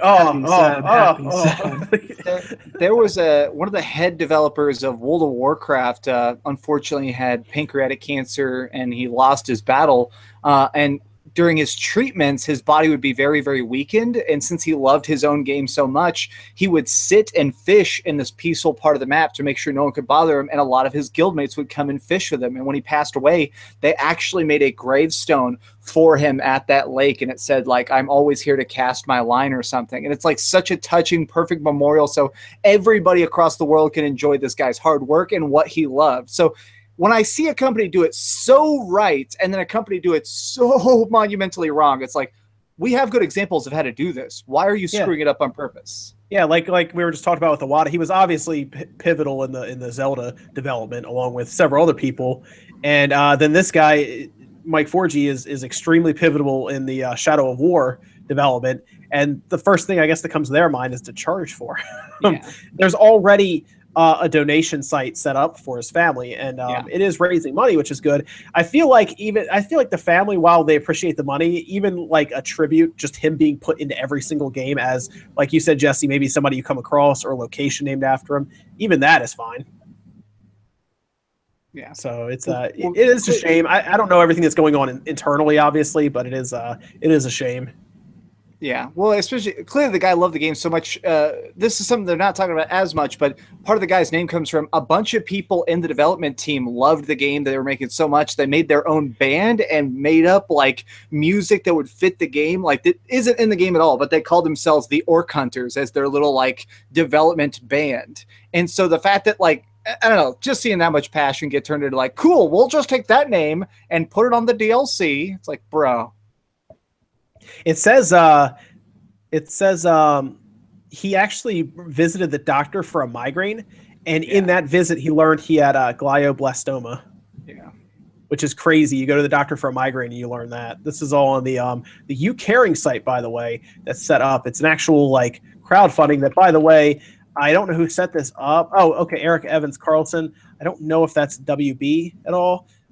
They probably could have set something up like that and done a full fundraising thing. Mm-hmm. That's actually You Caring thing in the I'll just put the link in the description or in the chat. They probably could have done that. They probably could have done that all themselves instead of charge for the DLC. I'll be curious if they ever say how much money actually goes to them, because if they do still raise like $1 million, that's still pretty good, to give them.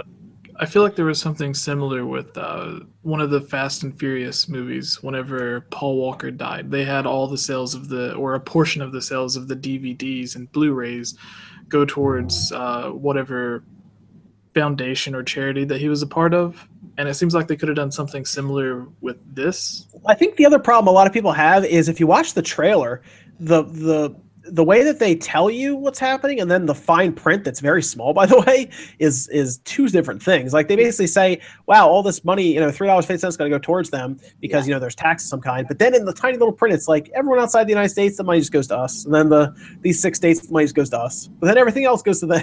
Yeah, giant patting themselves on the back font, huge bubble letters being like, all of this money is going to the family, except for the legally required amount. And you zoom in on this tiny little 0.2 font. It's like, by the way, we'll also be taking this extra money and putting it in our bank account. Yeah, it's like, oh no, jeez, WB, you were so close.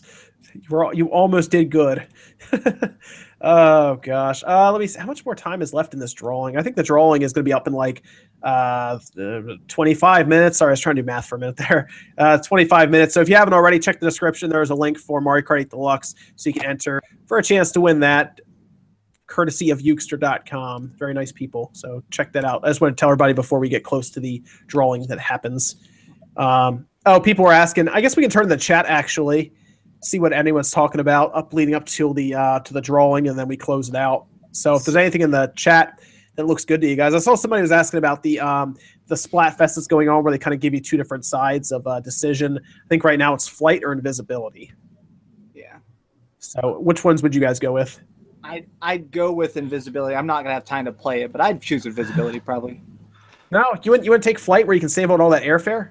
That's great, but I like the idea of being able to this is gonna sound really mean, but punch my enemies. There are a couple people I've met in life that are just awful people, and I think it'd be really great to, while they're just sitting there eating soup, just smack the spoon out of their hand just once. Yeah.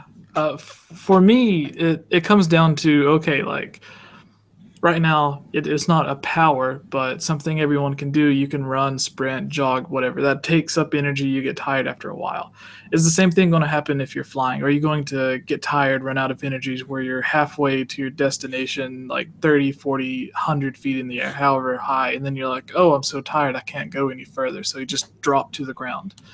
Is it going to be something like that? Or is it going to be like, oh, I have magic to where it doesn't take any energy for me to fly?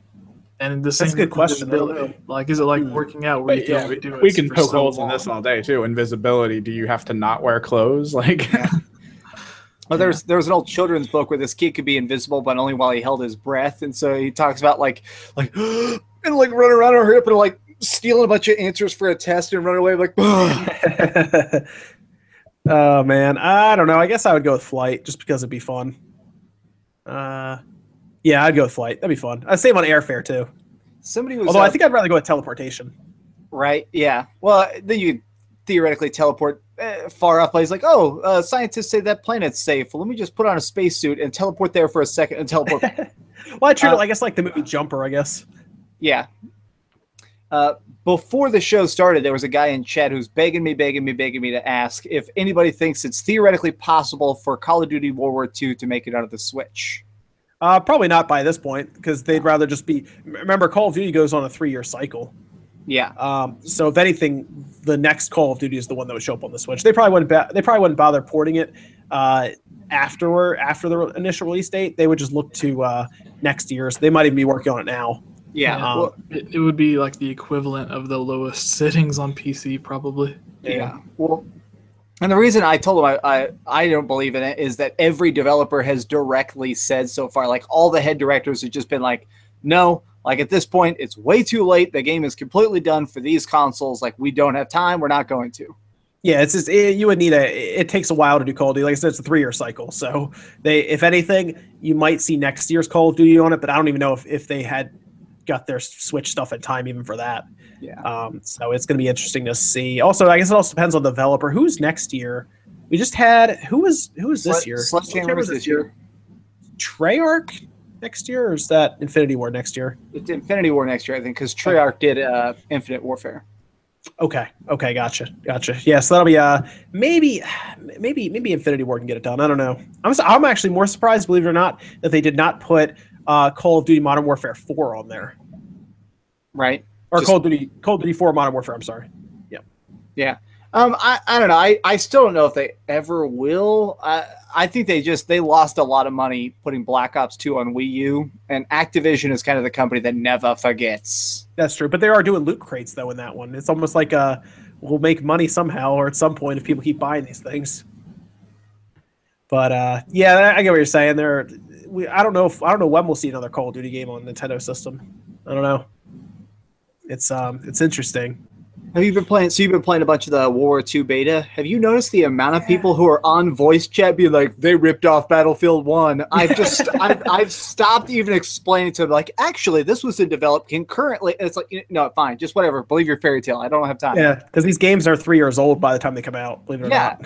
But everybody, I feel like every other game is some dude with the microphone down his throat being like, "This is rip off Battlefield 1." It's like, oh, please don't.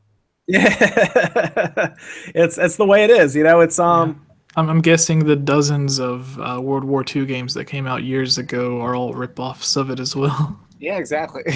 Brothers in Arms, man. Come on. Everybody knows. Ask any historian. World War II is just a rip-off of World War I. I mean, it's ridiculous.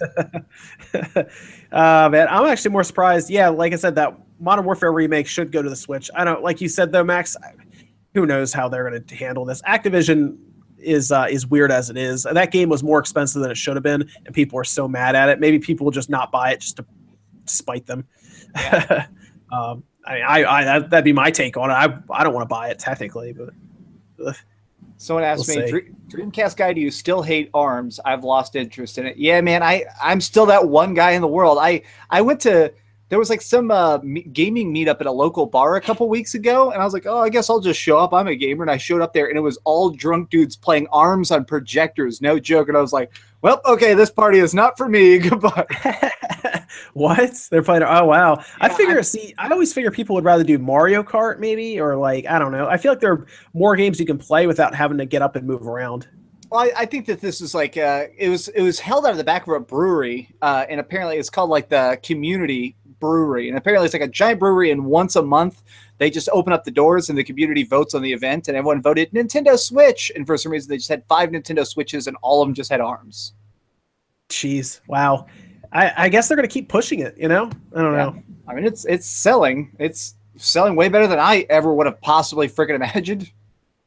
Yeah. I mean, it is selling pretty well, believe it or not. It's probably either at or close to 2 million copies now sold, I would assume, because last we saw it was at 1.2 something. Did it? I didn't know it passed 1 million. Last I read it was still about 700K. But it's actually on Nintendo site. You can actually go check it out. It's 1.28, I think. Yeah. What's interesting about it is that it's one of the best-selling new IP fighting games in years. Like, people don't realize that there aren't a lot of new fighting games, and typically they're smaller indie ones like Skullgirls. Yeah, it's gonna end up outselling Street Fighter V. I'll tell you that. Oh yeah, easily, yeah. Street Fighter V was at 1.6 million, I think. It probably has already passed it, to be honest. I think it sold better than Tekken did in Japan right away. So it's interesting that that's done so well. I mean, it shows Nintendo is able to still build a new IP in what is a pretty saturated market right now. It's hard to come up with a new IP nowadays, as opposed to back in the 90s, for example. Well, you can throw it. Gex, it's like James Bond, but a gecko. 15 million copies sold. Yeah, I mean, we are kind of in the world where Bubsy is making his comeback, so there you go. Bubsy's making his comeback. I don't even know. Did they announce anything for that yet? For Bubsy? No, the Twitter account keeps saying this really cringy meme stuff. I'm thinking about it. I'm going to have to mute it. Hey, guys, remember Dabs? Like, stop, Bubsy, please. Somebody was asking about this. There was a listing on a Spanish retailer site for Fallout 4 on the Switch, which threw me off because I don't think that game's coming to the Switch. And then I looked at the description, and it translated to talking about the PS4 and Xbox One and having mods and all this stuff. So I think it was more of a mistake than anything else. I think it was just a mistake on their part. I think Skyrim can run just because that game is so old. It basically runs on refrigerators as long as they have a screen. But I just do not think it will ever be possible to get Fallout 4, a truly next-gen game, onto a Switch.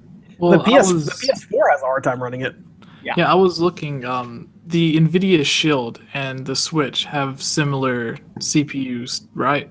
They Yes, both yeah. run the Tegra They both X20. run the same thing. All right. Well, there's videos on YouTube of people with the NVIDIA Shield that are running Fallout 4. They may have it like lowered to like the lowest settings possible and just running at 720p at 20, 30 frames per second. But Sure. it is running on those. And I think if they optimized it for the Switch, it would be very playable, just That's from what I've seen in interesting. those YouTube videos. That's interesting. I would love to see it on the Switch. Absolutely. The biggest advantage it has is that Fallout 4 actually has a really, really tiny map. So as long as they can actually get like the AI to work and the graphics engine to work, I do think that thing could run on a Switch. For my really bad knowledge of programming, it seems possible. Yeah, I mean, it'd be cool to see it on there, and who knows what they could do with that? Because I think if it is the Skyrim Special Edition, I believe that got upgraded to work on the Fallout engine. I believe. Oh wow! So it may already be running. Even when we get it, obviously, when it comes out, and we really examine it, and people tear it apart like Digital Foundry will, and it turns out it is running on the newer Special Edition engine. It already is running on the Fallout engine. All right. And I'll send both of you the video that I was talking about after this so you guys can check it out. Maybe you can see like more of the technical stuff than I can, because I've never really check it out. Played any of the PC versions of it, so I don't know what it would necessarily look like to know if it was running on low or medium settings, but maybe you guys have more experience than I do. Yeah, I'll check it out. Yeah, absolutely. Is it just on YouTube? I was talking to somebody last night about Fallout 4 on the Switch, and then I remembered that the NVIDIA tablet thing was supposed to have similar processing power, so I looked up the YouTube video, and the guy was playing it fine. It was recorded off screen, and it seemed like it was working just fine. I couldn't really tell what the frame rate or anything was. It's actually the Switch is stronger than the Shield handheld. It's the Shield TV that it's weaker than, because Shield TV is tethered to the wall. It has better fans and everything, and it can run at full speed. Whereas the tablet runs at less speed than it runs at a lower frequency than what the Switch does. All right, that's good news then. But it runs Android, so the Shield that runs Android, whereas the Switch runs a much more efficient OS that works better. So if it runs on the tablet, then yeah, technically it could run on the Switch no problem. So yeah, I mean, maybe if they want to spend the time doing it, I mean, yeah, I guess it could. Yeah, I personally, I don't think we would see it unless it was like Skyrim 3 or 4 years from now, where it just has a second release on everything.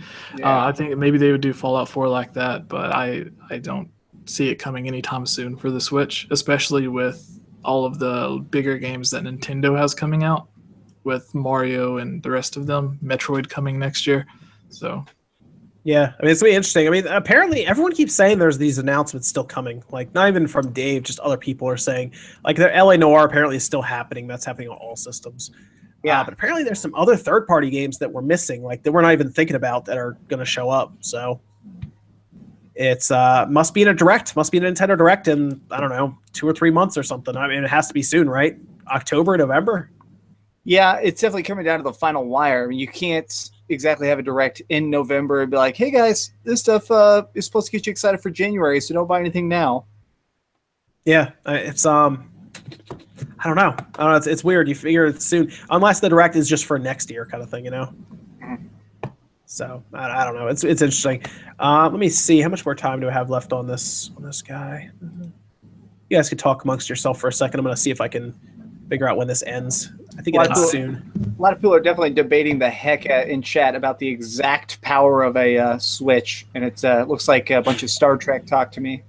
The problem is no one really knows at this point, because we don't even know what it's capable of. I mean, when NBA comes out, it's gonna be really interesting, because they said they pushed the memory limits of the Switch to it, like literally to its breaking point. So it's gonna be interesting when NBA comes out, and again, we do all that thing where we look at it, you know, with a magnifying glass and everything. And it's not like you can't easily quantify it with just like a number like this. It's this percentage powerful, because there's always going to be something that runs smoother on it and something that doesn't. You're going to be able to. You'll probably find a 2D game that gets like 12 frames. Well, we saw Lego City Undercover. This is very weird. On the Switch, runs at a higher resolution than the Xbox One. Yeah, it's just going to be efficiency because it sounds like they really put a ton of effort into the hardware working more effectively with specific things, which it is kind of interesting to see that the Unreal Engine is basically winning all the engines. Like it's just kind of taking off beyond everyone. So I think at this point, the Crytek engine's done. Like, yeah, Crytek company is gone. I think their main competition now, as weird as it is Unity. Unity is still just the champion of the smallest indie devs. But at this point, I think with a lot of these companies starting to show us that you can put simpler games on Unreal and that it runs smoothly and it's easy. You don't have as many issues with bugs and having to iron stuff out as much. That maybe at some point they'll come forward with like a business opportunity that feels a little more like how Unity lets you build a game and then not pay till you're done. Yeah. And then we'll start seeing Unity. Did you guys see the Tomb Raider game I was playing earlier?